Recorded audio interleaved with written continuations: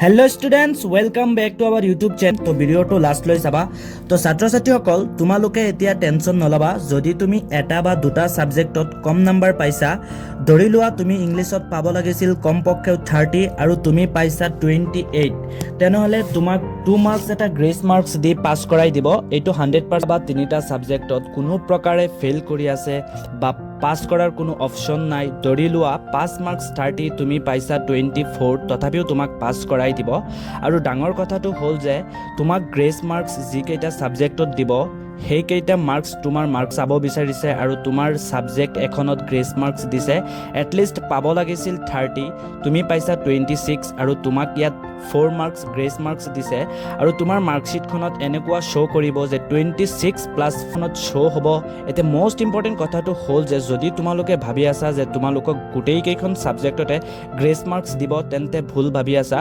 ছাত্ৰ ছাত্ৰীসকল এটা কথা মনত ৰাখিবা, দুটা বা তিনিটা সাবজেক্টৰ ওপৰতে গ্ৰেস মাৰ্কস নিদিয়ে আৰু এক্সামিনাৰ বিলাকে যেতিয়া তোমালোকৰ কপি চেকিং কৰে তেতিয়া অলপ নাম্বাৰ কম পাইছা আৰু তেখেতে আৰু তোমালোকৰ যদি কেনেবাকে এক্সামত কুৱেশ্যন পেপাৰ কমন নপৰিলে তেনে ক্ষেত্ৰত তোমাৰ কি কৰিব লাগিব চোৱা। এটা কথা সদায় মনত ৰাখিবা, কুৱেশ্যন পেপাৰ কমন নপৰিলেও কেতিয়াও ব্লেংক পেজ এৰি থৈ নাহিবা, কাৰণ এক্সামিনাৰে যেতিয়া তোমাৰ কপি চেক কৰে তেখেতে ব্লেংক পেজ দেখিলে খং কৰে আৰু অলপ কিবা হ'লেও লিখি থৈ আহিব ট্ৰাই কৰিবা, কাৰণ এক্সামিনাৰে তেতিয়া ভাবিব যে তুমি অলপ হ'লেও ট্ৰাই কৰিছা।